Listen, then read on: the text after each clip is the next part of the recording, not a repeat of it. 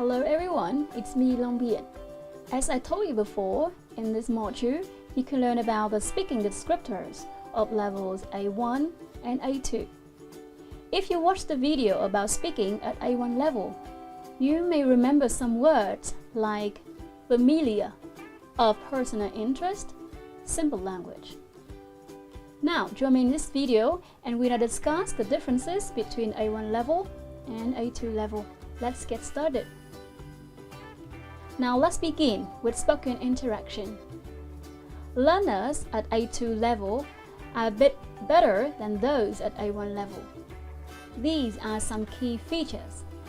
Please spend some time reading the slide. As you can see, they can communicate in simple and routine tasks, requiring a simple and direct exchange of information on familiar topics and activities. Moreover, learners can handle very short social exchanges, even though they can't usually understand enough to keep the conversation going themselves. So, communication may break down if the exchanges are too long and quite challenging. You may think that it's quite similar to A1 level, right? That's correct, because these are the features of learner at low A2 level. Higher A2 level learners can generally understand clear standard speech on familiar matters, provided that he or she can ask for repetition or reformulation from time to time. So the keywords here are clear, standard, and familiar.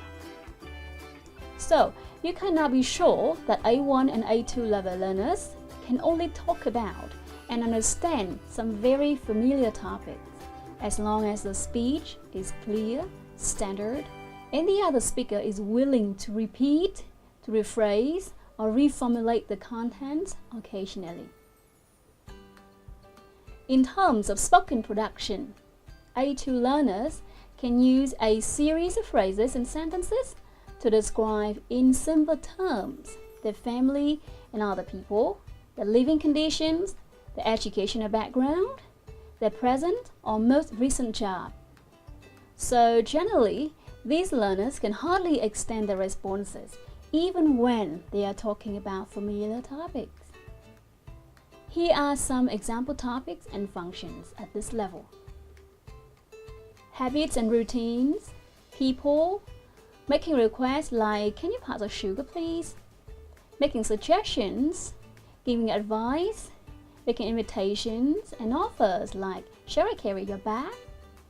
They can also talk about future plans using present continuous, describing places and describing past experiences. Well, what can learners at this level do in a conversation? They can establish social contact like greetings and farewell, introductions, and giving thanks. They can generally understand clear standard speech on familiar topic. If he or she can ask for repetition or reformulation sometimes, I have to repeat. They can participate in short conversations in routine contexts on topics of interest like hobbies and pastimes, holidays, work and jobs, shopping, leisure activities, and education. Of course, they can only express in very simple terms with simple grammar. Here are some example features of speaking at this level. You can have a look at the screen. In terms of grammar, students are able to use verb infinitive or gerunds, imperatives, yes/no questions, and W questions. They can also use some simple tenses and simple phrasal verbs. And when talking about vocabulary, here are the list of vocabulary they can use comfortably. Food and drink, things in a town, shops and shopping, travel and services, objects and rooms, adjectives to describe personalities and feelings. That's all for this video. Okay, after this video, you should always remember the keywords for this level: clear, standard speech, familiar topic, simple language and short exchanges, so that you can identify a learner at A2 level. Thanks for watching this video. Please spend time watching the next video for more specific examples of speaking at A1 and A2 level, together with detailed analysis. Goodbye.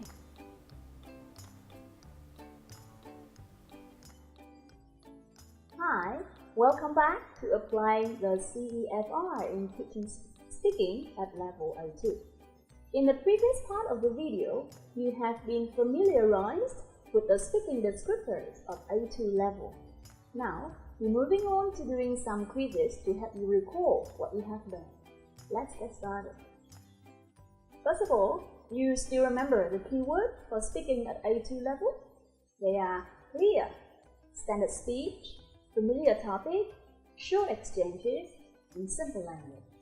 Now, let's start with question 1. All these phrases describe speakers at A2 level in terms of spoken interaction. Please fill in the blanks with a suitable word. The first letter has been given to you as a hint. You've got 13 seconds to do this.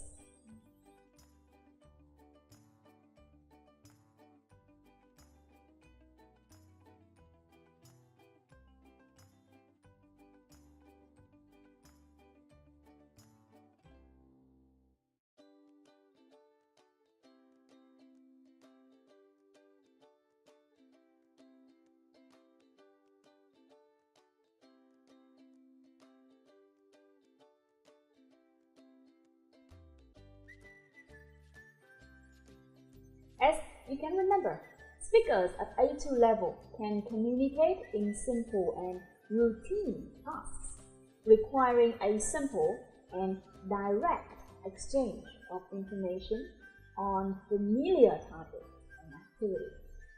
High A2 speakers can generally understand clear, standard speech on familiar matters, provided that he or she can ask for repetition or reformulation from time to time. Question 2 is, what are some topics that A2 speakers can talk about? You should write down at least 4 example topics. So, please take a pen and some paper, okay? You've got 20 seconds.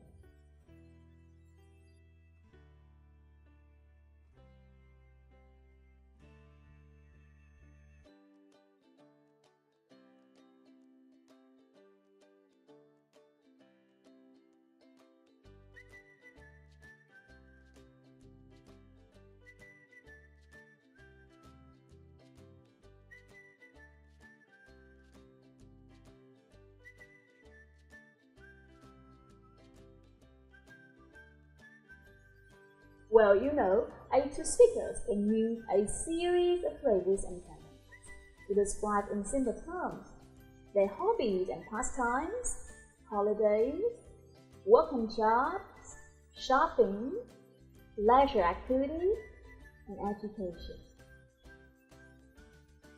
Well, what can learners at this level do in a conversation? Please fill in the blank with a suitable word. 30 seconds for you. Start.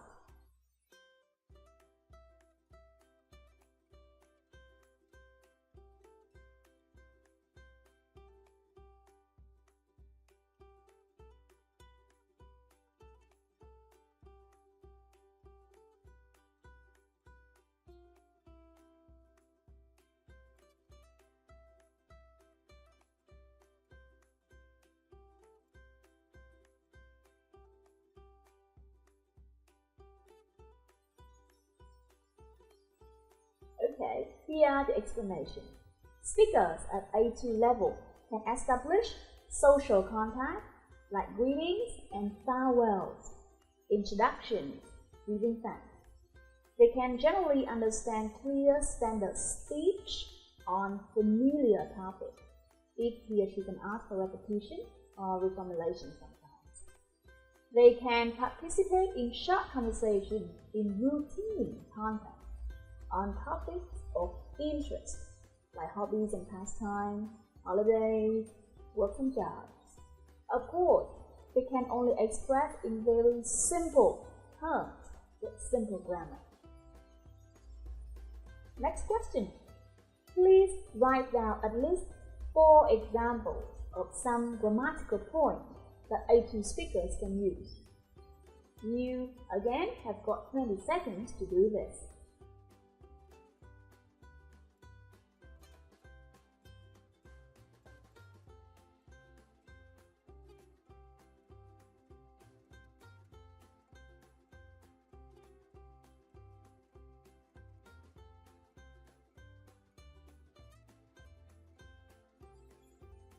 Well, in terms of grammar, students are able to use simple phrasal verbs, verb infinitives or gerunds, imperatives, yes, no, and W questions, some simple tenses like simple present, present continuous, and present perfect, past simple, and future tenses with going to and will, and conditional sentences. Now, there are a few more questions for you to compare A1 and A2 level in terms of speaking skills. First, we're gonna discuss the range. There are 6 phrases from A to F. Please write A1 if the phrase describes A1 level, and write A2 if it describes A2 level. You've got 50 seconds.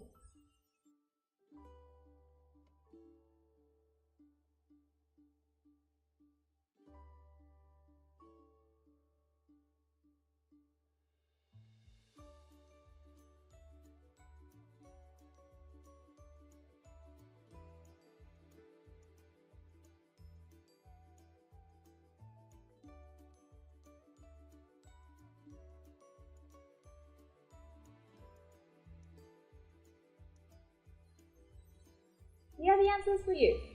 Phrases B and E describe A1 level. You can see the words like personal, concrete, very basic and simple would feature this level. The other phrases A, C, D, and F are for A2 level. Well, in terms of accuracy, we've got 4 more phrases. Again, you've got 30 seconds to do this.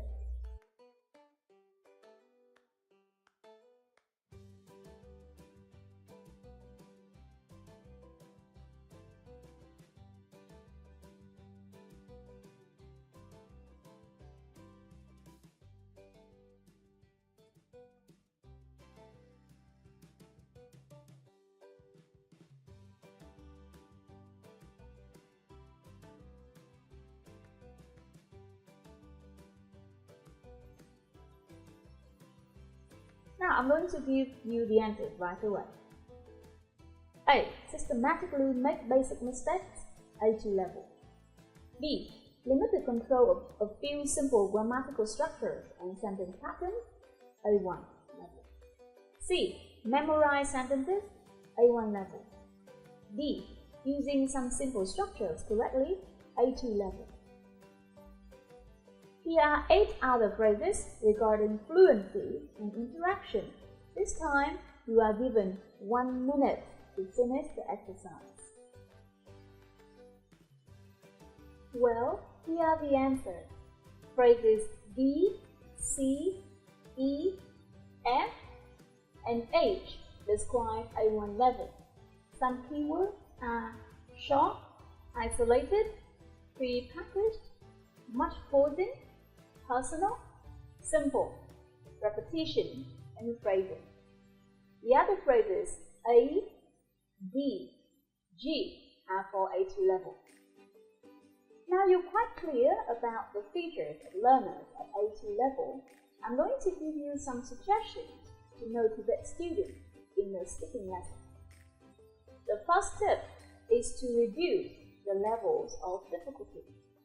In most cases, we want to challenge our learners by making exercises more challenging. However, it should be opposite for speaking, as students already have less confidence. Well, here are the answers. Phrases B, C, E, F, and H describe A1 level. Some keywords are short, isolated, pre-packaged, much pausing, personal, simple, repetition, and phrasing. The other phrases A, D, G are for A2 level. Now you're quite clear about the features of learners at A2 level. I'm going to give you some suggestions to motivate students in the speaking lesson. The first tip is to reduce the levels of difficulty.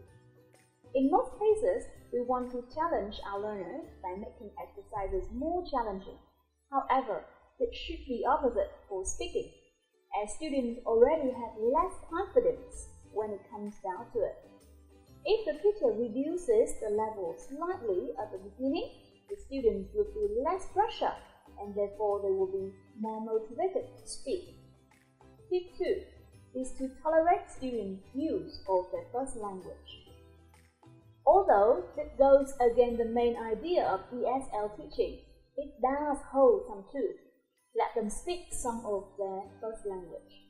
Teachers need to try and be a little bit more compassionate and tolerant when learners use their first language, especially if they're trying to understand through another student. If we make the learners feel humiliated or ashamed of using their L1 to help their L2, the chances are they are likely to say nothing. However, it is still the task of teacher to guide the students back to communicating in English. The third tip is don't interrupt and overcorrect students' mistakes. Low-level students, when speaking their L2, get distracted easily. They lose their train of thought and do not mention their confidence is knocked if the teacher is constantly interrupting them. Instead, let the learners speak freely without interruption, and if they make mistakes, note them down and address them in class later. In terms of spoken errors, collect the most common and important ones. Not very tiny details needs to be addressed, and give a mini workshop to the entire class and not just one student. If one student makes a mistake in speaking, the chances are that others will make the same mistakes too. At the end of the day, if the students are allowed to continue speaking without getting interrupted, they will not associate speaking with a negative experience. Tip number 4 is to keep it real, which means to use more authentic activities. Teachers should cover topics and situations that feel authentic and that students can see will be useful in their everyday life. Teaching language, including grammar, in a realistic context is vital. Listening, reading, or acting out realistic scenarios in English is useful for them, from going shopping to eating in a restaurant. You should still teach in context and provide as many examples of real-life situations and real thoughts as you can. Even though real maps, brochures, or catalogs are filled with vocabulary they won't understand, it is important to help your absolute beginners deal with precisely these kinds of things. Show them how to pinpoint the information they may need, like a telephone number, address, or website. Make sure they understand that it doesn't matter if they cannot read the entire brochure. The important thing is that they learn to obtain what they need from it. The last but very important tip is to focus the learner on what they can do. If on the first day of class they have learned to greet each other in English, please end your lesson by celebrating this. Congratulations, you can now introduce yourself and greet each other in English. Take the focus away from what they cannot do and focus on what they can do instead. This proved to be extremely encouraging. That is the end of this video. We have been recalling the descriptors of speakers at A2 level and discussing the tips to motivate students in a speaking class. I hope you can help your students become more confident in their ability, and your speaking lessons will be very positive and fulfilling experience for students. Goodbye, and see you again in the next video.